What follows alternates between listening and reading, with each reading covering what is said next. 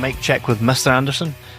This week is it's a complete treat for everybody, including Connor and I. I feel like we're flies on the wall, same as Anastasia.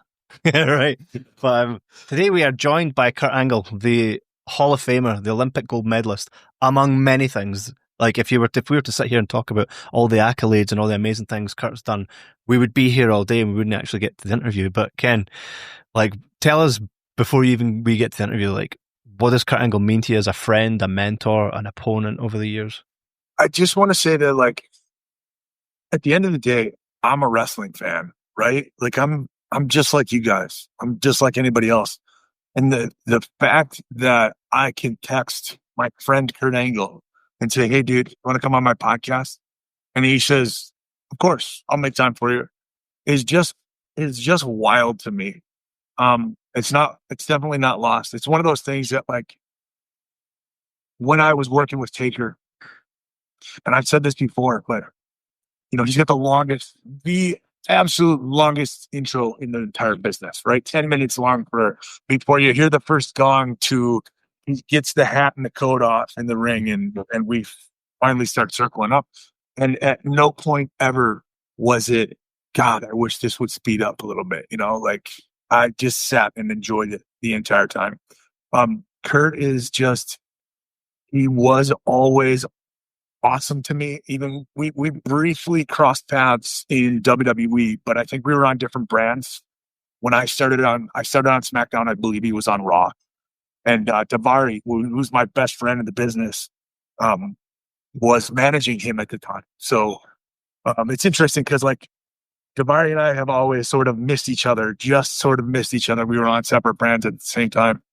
Never got to really travel together. I never got to do anything on TV, unfortunately. No, but just, he was always awesome to me then. And then when we got to TNA, work together, he really put himself out there for me. And we had some pretty memorable matches, some controversial stuff. We did stuff, I don't know if you recall this or not, but like with the U.S. military. And now I'm a veteran myself. I am a huge supporter of the military. And remember, I had to basically spit on the U.S. military. And, and it led to some really, really good stuff. There's an interesting time where my grandpa was a World War II vet, or I think he was a Korean War vet. Hugely supportive of the military as well. I remember one time he messaged me. So there was this time where Kurt had gotten a medal from, like, the mother of a fallen soldier, right? It gave him this, it was called the Warrior Medal. Gifted him with this. And so he would wear it to the ring with him. And at one point I ripped it off of him and I spit on it. And I told him that the U.S. military and all the people who died were a bunch of suckers and that kind of stuff, right? Mm-hmm. I remember my grandpa calling me. My grandpa, who was like my biggest fan, my grandpa would carry stacks of 8x10s. I would pre-sign 8x10s and they would leave them in their car. So if they would meet somebody at the grocery store, they'd say, "Hey, do you watch wrestling? My grandson's actually Mr. Kennedy." And they would hand 8x10s and stuff, right? And my grandpa called me and he goes, "So, and every summer they would go down to this, they lived in Wisconsin, but they would travel down to Gulf Breeze, which is like right in, I believe it's in Louisiana. And it was like a trailer park community of all of these veterans and stuff. And they would just set up and they would camp all summer long, basically. And he would invite people over to his pad every week to watch wrestling. And he messaged me and he was like, or he called me. He was like, I invited everybody over this week. I'm so excited to, I'm really, really excited. My grandson is going to be wrestling on TV here. And I'll be goddamned if I see you spit on the military and spit on and I was just like, oh my God. And I tried to explain it to him. He was so disappointed in me. And I tried to explain it to him like, Grandpa, I don't feel that way. I actually don't. I, I love the military. Like, I'm a veteran myself. Like, I'm just, and I remember trying to explain it to him. I said, there is a movie called United 93, and there are people that they hired to play terrorists who, hijack this plane. Those aren't real terrorists. Mm-hmm. And that I don't think I don't think he ever got past that. I think he was like to his dying day. I think he was always disappointed in Did he watch Behind Enemy Lines Columbia and be like, I can't believe you did all that? You worked your granddad. There's a headline for the dirt sheets. No, but that's the beauty of a great heel, which I'm trying to think, like, in your opinion, Ken, do you prefer heel Kurt Angle or, the funny? Man, I love funny Kurt Angle. I really, it was something. Yeah, I loved doing like one of my favorite promos ever is that the one where he gets the little cowboy hat from Steve Austin. Yeah. Just good stuff. The one thing about Kurt was, especially at that time when he first broke in, he was so good at making an ass out of himself. Mm-hmm. And he wasn't afraid to show his ass ever. That's a good thing. I think it's because people knew that he could actually back it up, though. It's like Brock has the cowboy hat in one of his most previous runs. The boombox as well. But you know that he could back it up. Yep. Huge Kurt Angle fan, always have been. Royal Rumble, I've said this to you before, 2000 was the year he introduced Taz. Taz choked him out. And that was, for me, one of the most, like, that's when I really was like, Kurt Angle.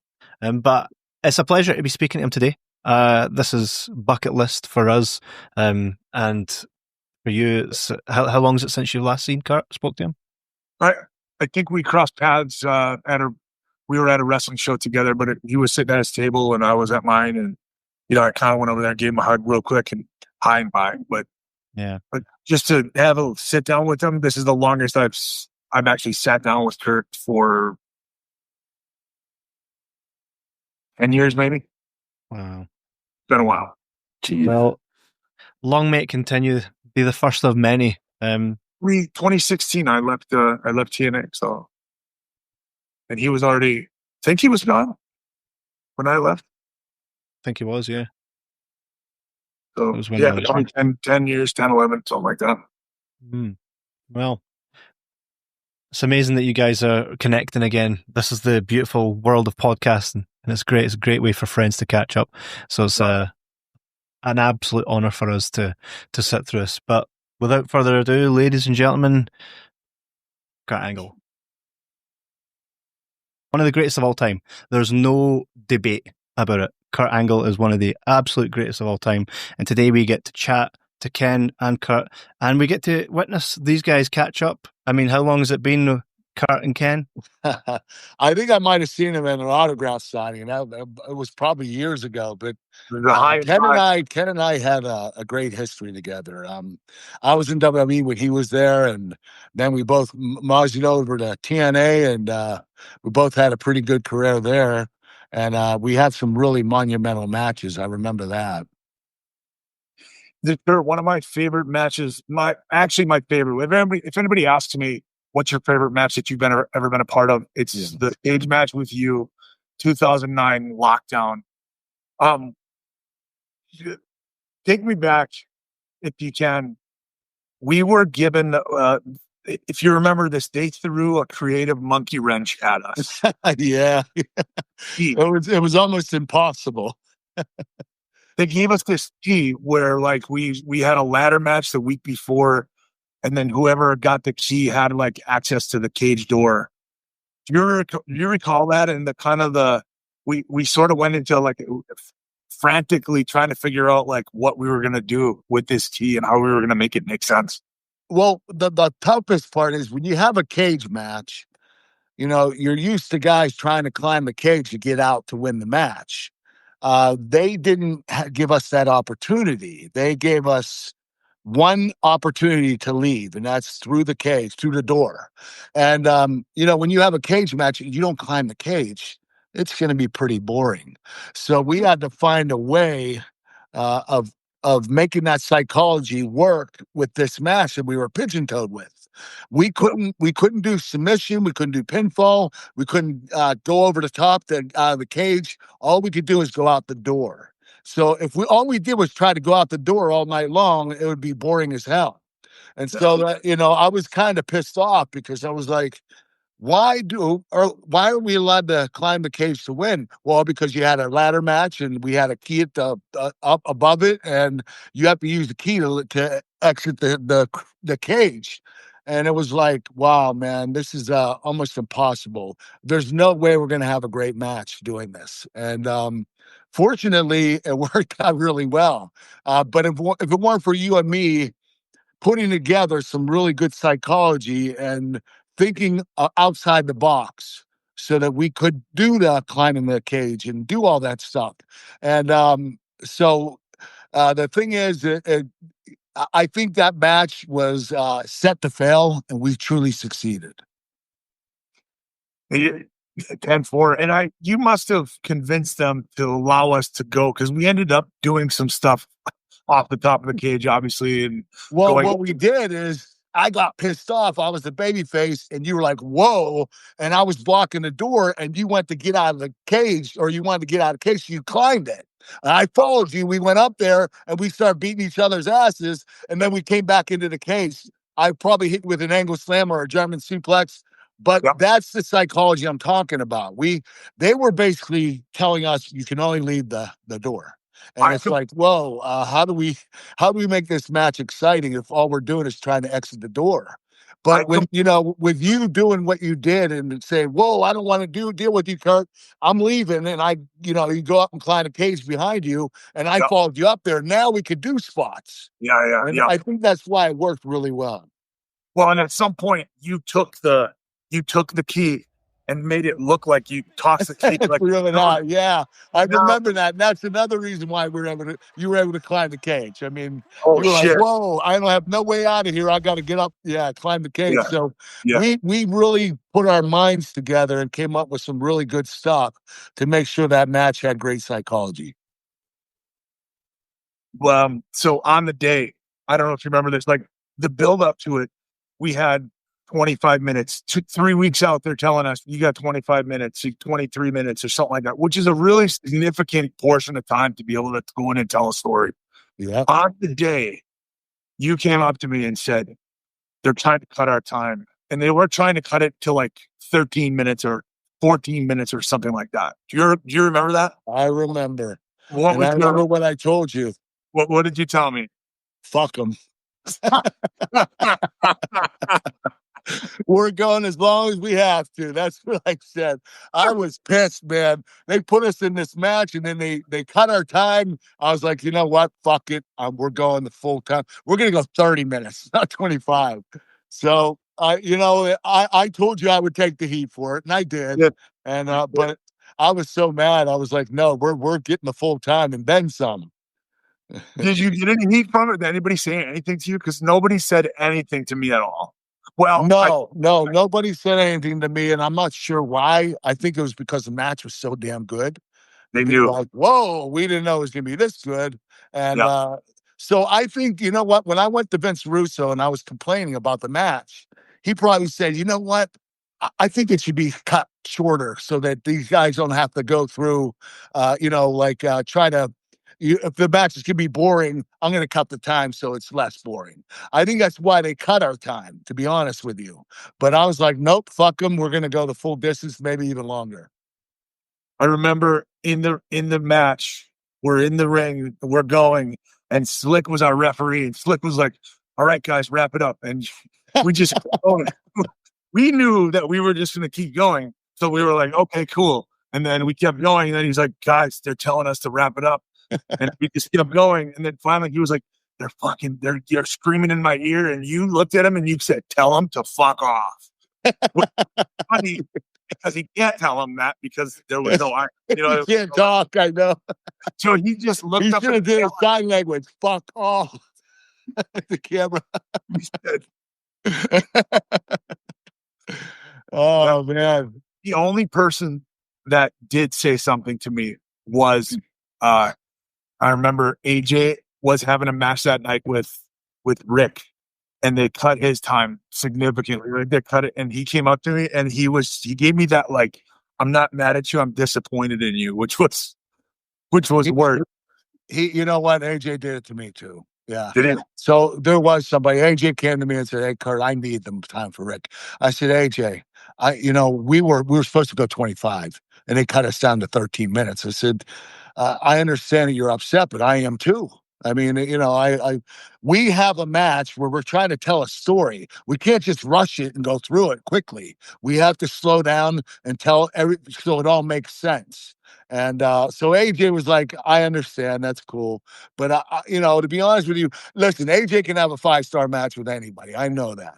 So I think that I just didn't know. Was it with Ric Flair, right? It was. Yeah. Yep. Now Rick in his latter years wasn't, he still was entertaining because he did all his spots and stuff. But I didn't think that AJ and Rick were going to have like a 6-star match. And not that they couldn't, but with Rick being a lot older and not what he quite used to be, I just thought, you know what, we'll take the time, and, we'll try to make sure that these guys don't have to go too long. So I felt more comfortable with taking the time than giving the time. Yeah. Yeah. Another thing during that the buildup, or when we were piecing it together, you wanted to do the moonsault off the top of the cage. I remember you saying like, they're not going to let me do it. Like, there's no way that if we tell them ahead of time, they're going to say no, and we can't do it. So we told D'Lo was our producer, and we told D'Lo that you were just going to do a moonsault off the top rope. The top rope, yeah. And then, do you remember what the story was? Like, what we were going to tell him? No. You said, I just happened to look up, and then I was feeling it in the moment. So then I just decided to go all the way up. And, once you look up there and the people see you do that, well, you can't take it away from them now, right? I remember. That was great. That was awesome. Hey, you know what though? What I was like surprised was you wanted to take it. I mean, I've always done the moonsault off of the top of the cage, but no one ever took the moonsault. You wanted to stay, and I'm like, you're fucking crazy. And I landed right on your face. I don't know if I hurt you or not, but you kissed me gently on the forehead, if anything. Good, thank God. Yeah, those could be brutal. Top of the cage, moonsault, man. That could, put it this way: I broke Bob Holly's arm going off the top of the rope. So I'm just telling you, it could have been more dangerous. Sometimes wrestling. There was a ball shot right at the very end as you exited the cage. Now, that was this. That looked like it hurt. Was that? Oh, the ball shot. As you know what? I don't know. I you know what? I don't know why I was feeling that at the time, but I kicked you right in the ball, and I don't know if it's risky or not. You just, and the worst thing was the worst thing about it was I couldn't sell it because I'm supposed to be choked. So I literally had to take it and just and act like nothing happened. What? That's awesome. So working with you opened my eyes to some things, right? Everybody works differently. One of the things that I've been consistently told, especially coming up and especially when I got to WWE, was like, you guys need to go out there and you need to be able to call it in the ring. You need to be calling on the fly. You guys are planning your matches out too much. And one of the things I noticed when I started working with you, like sometimes 3 weeks before a match, you would come to me and you'd say, like, I pretty much have a skeleton laid out of what we're going to do. And I had never worked like that before. Right. And to anybody that says that that's wrong, I mean, I would tell you, I would direct you to look at any of Kurt Angle's matches and tell him that working that way is wrong. Can you speak to that? Like, what is that? Yeah, you know what? The thing is, why would you want to call it in there? What if you're having a bad day and your calls aren't being like that effective? But if you plan something out and you think about it and you visualize it in your head, and you think over it days after days after days, you're like, you know what? I feel this. This is gonna be really good. Now, if you just go out there and call it in the ring, what if you're just having a bad day and your mind's not really clicking that well, and here you go, you're calling stuff and you don't know what you're calling. You have to plan. It really it doesn't upset me, but it's like a lot of people would say, "Hey, we used to call it in the ring, the whole match." Bullshit. I know that most of the wrestlers have called the match up until the comeback. Everybody always has the comeback and the finish, the false finishes and the finish laid out. Okay. Anybody that says they don't is a liar. Unless you're a guy that does one move like Jake the Snake. Okay. People would get heat on him and the heat hit a DDT out of nowhere, match would be over. Okay. That's a little different. Very few people can do that. But I think that if you want a very entertaining and exciting match, you have to plan it out. You have to make sure you have all the bells and whistles to make sure that match is exciting. The false finishes are the most important part of the match. Not even the finish. The false finishes are, because that's when you get the key fans all riled up. And that's why I like putting the match together before the match starts. Wow, that's interesting. I've never heard anybody say that the false finishes were the most important part of the match. But they are. That's what gets the fans invested. That's emotion gets them invested. And when you're kicking out and they're thinking it's the finish, they go crazy. And that they're more important than the finish, to be honest with you. Do you think they're mostly overused now, though, Kurt? Because we see sometimes there's like 10 of them in a match. Do you think there's less is more? Now sometimes when you want to work up to your finish. You want your finish to be the most lethal move. I've seen many matches where they had crazy lethal moves where they do a moonsault and then pick them up and DDT them and then pick them up and give them a jackknife and then cover and kick out. And then the finish is a stunning. And it's like, whoa, you had that backward. It should have been the other way around. So, sometimes they're reaching too far with the false finishes. And then the finish is not satisfying because it's nothing close to what the false finishes were. Mm-hmm. Yeah. Interesting. Kevin or Connor, you have a question? I actually have a question, yeah. Kurt, I'm quite interested to hear your thoughts on the current WWE TNA situation. You know what? I was actually really excited, to be honest with you. I think I never thought in a million years, especially when we were competing against WWE, when Ken and I was in TNA, I never thought in a million years WWE would ever partner up with TNA. And the thing is, the reason why I love it, because I know eventually the WWE is going to buy the TNA library. And the WWE will now own all the Kurt Angle footage of TNA. And the WWE fans are going to be able to have access to it. I'm going to tell you right now, I had a much better career at TNA than I did WWE. And I was there a lot longer, too. Mm-hmm. Yeah. So most of my career was in TNA. And a lot of the WWE fans didn't see me. So now I have the opportunity of having the fans being allowed to see me compete in TNA and perform. And I know it's going to happen eventually. I just never thought it would in a million years.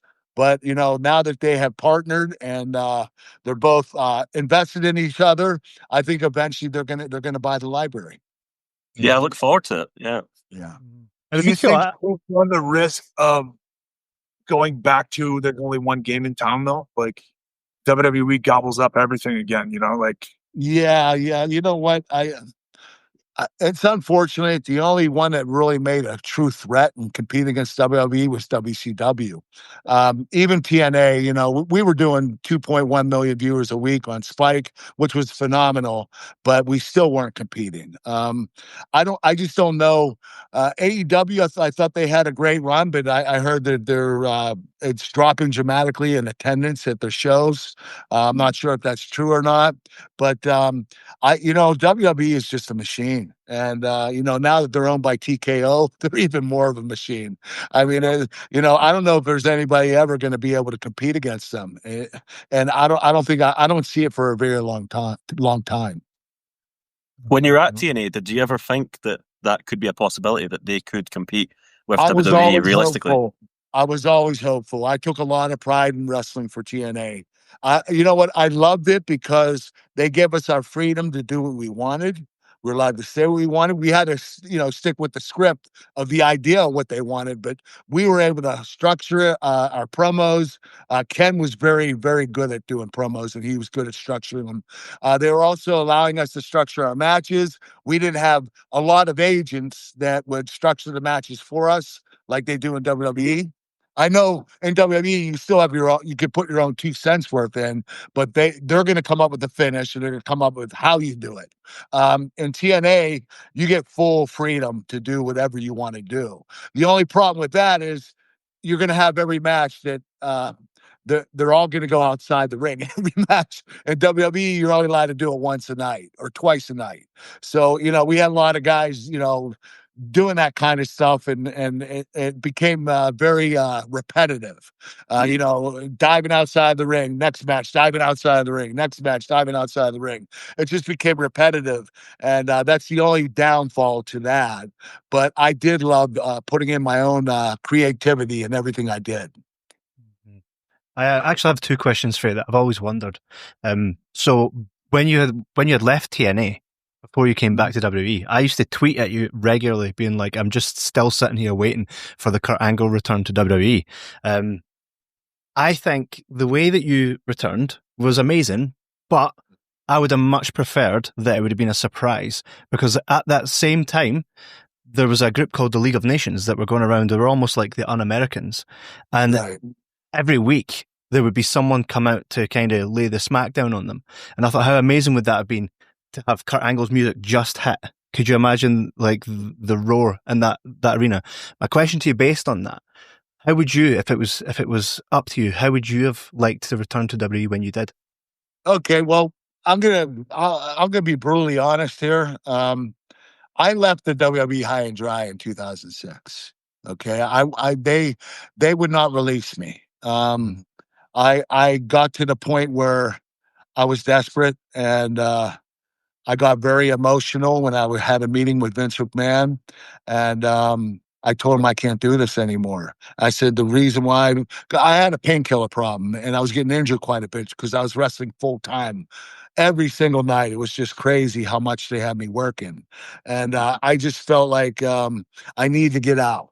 So I had a meeting with Vince, and he basically I begged him that I couldn't do this anymore. I said, "Listen, Vince, I think I'm going to kill myself." And I didn't mean I was going to commit suicide. I meant that I was going to OD on pills. And when I said that, Vince put his hands up in the air. He said, "Listen, you're released. Don't worry about it.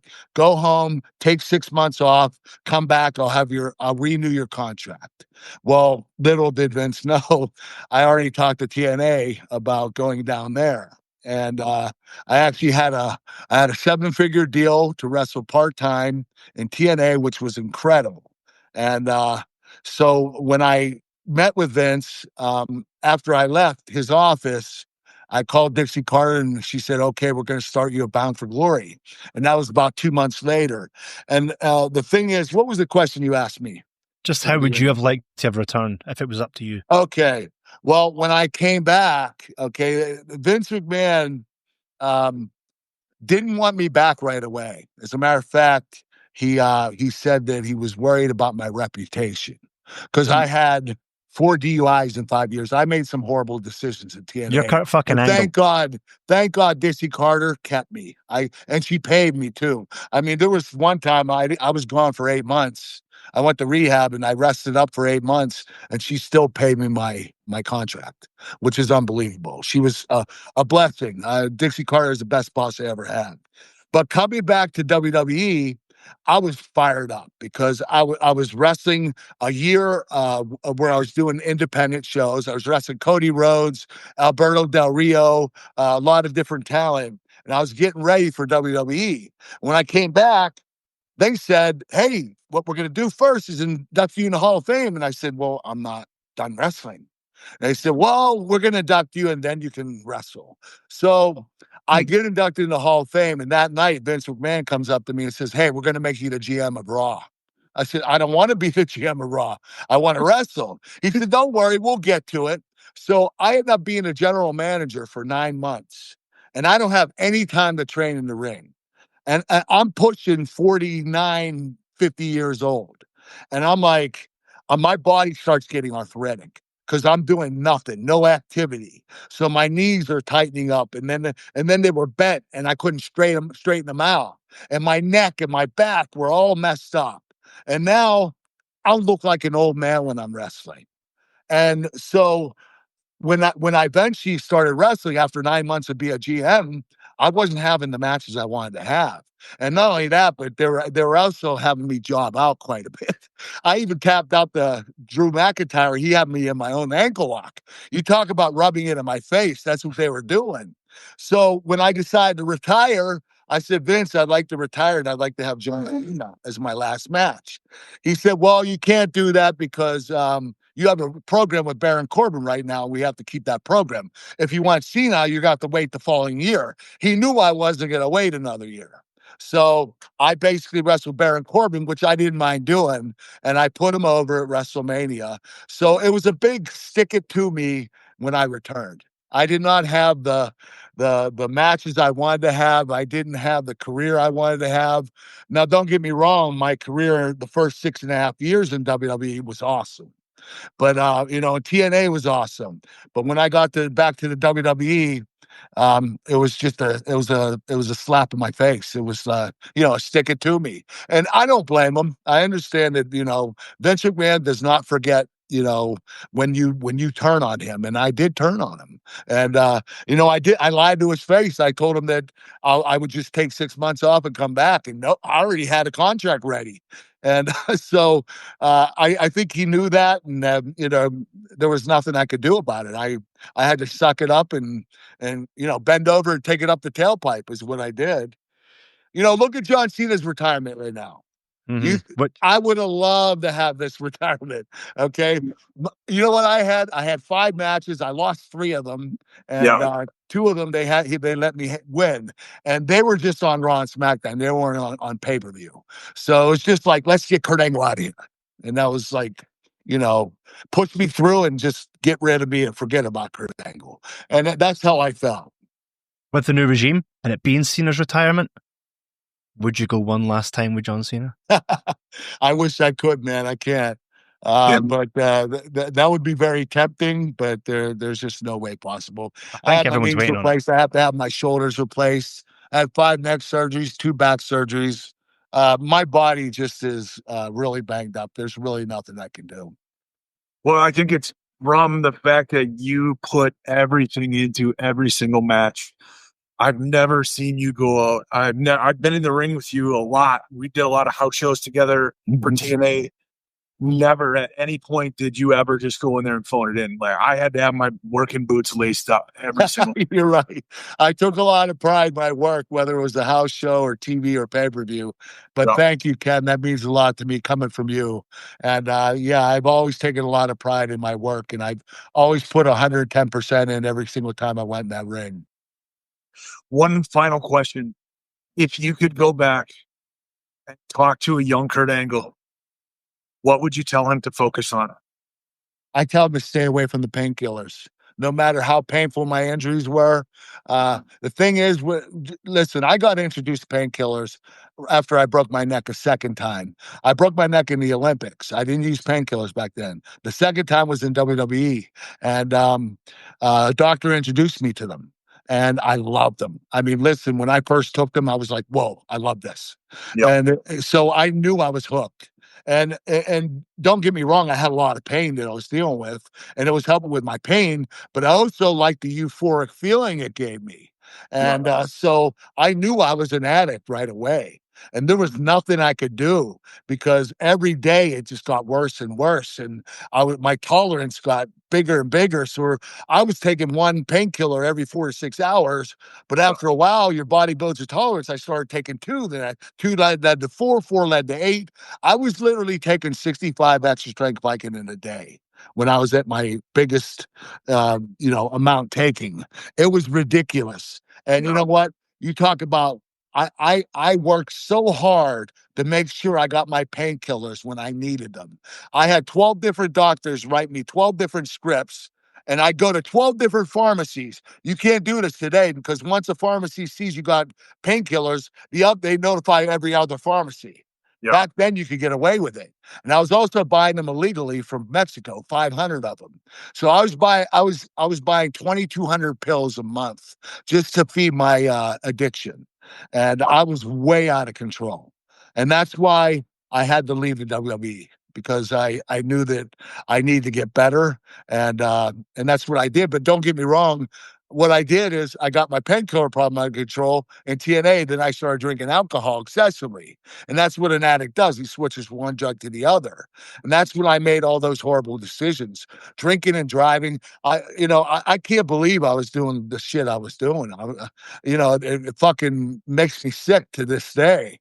But that's what happens when you're an addict. You're not thinking straight. Well, I'm glad you look fantastic today. Like, you're in such good health. And I just want to thank you for coming on here, and thank you for everything that you've done for the business and for me personally. Thank you too, Ken. I had some great matches with you. I will never forget them. I cherish those matches because they were some of my best. Amazing praise. It's an unbelievable pleasure to speak to you today, Kurt. And I speak for the whole wrestling universe on the fan side. Thank you so much for everything you've done through all the years, because it was great for you guys, but it's great for us getting to watch it. Thank you so much. Oh, that's great. Thank you so much. I appreciate that. Thank you, Kurt. Thank you, Kurt, for coming on the show. Take care. Perfect. You too, buddy. All right. Thanks, Ken. Ciao. See you later, Kurt. Thank you. Love you, brother. Me too, man. All right. That was amazing. I mean, Kurt Angle on mic check with Mr. Anderson. How'd that feel, just catching up with your buddy? It's just like, it just felt good. Felt really good. Good conversation. Sometimes it's nice. I feel like I tell my students these stories sometimes, and they look at me like, it can't be real. He's bullshitting. So to talk to the person and, get like, yeah, I remember that exactly like that. It's justification. Yeah. It's like my brother walked up, because obviously Louis Capaldi's from my town, and we grew up together. My brother didn't believe that we were friends, and he met him and was like, "Oh, you know my brother?" And he was like, "Yeah." I'll not tell you what he told him because it was explicit, but yeah. So it's good for when people think that any story you tell them is just a load of crap. But I mean, have your students ever heard of YouTube? Yeah, but just the stories behind the scenes, that. Yeah. Hey, we went, because if you go 30 seconds or a minute over your time, you're in trouble. We're talking like 15 over. He just said, "Fuck it, we're going." Like, that is not a small infraction. No. That is oops. That is like a deliberate, weird. Yeah, it's a deliberate, like, middle finger. And one of the things that, like, I had completely forgotten about, the key thing was that we had to go through the door. That was the whole. So, it doesn't make sense to, why are we going to climb? Why would we ever go up to do anything? And the fact that Kurt finally, got the key from me and pretended like he threw it out into the crowd, and then he just crotched it, I think. Just now it makes it, oh shit, I'm in here with a caged animal. He's just he's not here to win. He's just here to kill me, to destroy me. So now I have to get away from him, That totally. That story. One of the things that, like, when he talked about the Vicodin stuff, I think the thing about, why it's so addictive is you're able to be functional on it. It takes away all your pain. You get this euphoric feeling, and it's like I'm able to just go about my day, and nobody knows that I'm. Unless you really take a lot of them, nobody knows. Yeah. So that was, and there was a lot. I think I've talked openly, and again, we'll get into this more down the road. But like, I talked about my struggles with pills. A lot of it was out of boredom. It's an exciting business for 10 minutes out of the day. Otherwise, just standing in a line. You're standing in a line when you're going through airport security. You're standing in a line when you're getting on the plane. You're standing in a line when you're waiting at baggage claim. And then when you're at the rental car place, and then you go to, it's just like lots and lots of downtime. So, yeah. I hate just see what you just described there. Like, that's our process of going on holiday. And I totally get it. You're like, ugh. However, nowadays there's stuff like Nintendo Switches and all that. And I think that'd probably be a better way to feed the mind. But then again, I didn't deal with the pain. I once had I don't know what the pill was. Yeah, phone's right. I once had a pill from my sister. I had a really sore tailbone to the point I could barely drive. I'd have to really lift my tailbone. And my sister was like, I got one of these from the doctors because she had an issue, right? And she says, you're only supposed to get them on prescription. She says, but if you take this, you'll be fully functional, but that pain will mask. I was like, wow. I took one. I was like, oh my God, it's gone. Like, look at this. However, my body's still feeling that. I just can't, right? So see when it wears off. I've just jumped about on what's already pain. So I had to take another one to mask that pain. And I can only imagine that that's what it's like for you guys. Yeah, it just rewires your brain to not care about it so much, Which is insane when you think about it. Well, it's good to see that like he made it out the other side safely. Looks fantastic. Hey, it's Mr. Anderson, and if you're like me, you need to stay locked in, whether you're in the gym, gaming, or just grinding through the day. That's why I roll with Rogue Energy. They've got 3 killer options: hydration, no sugar, just clean electrolytes, energy packed with focus and stamina boosters, chill when it's time to wind down without crashing. All 3 are just $34.99. But because you're watching Mic Check, I got your back. Head to rogueenergy.com and use the promo code MicCheck for 10% off. Stay sharp, stay strong, stay rogue.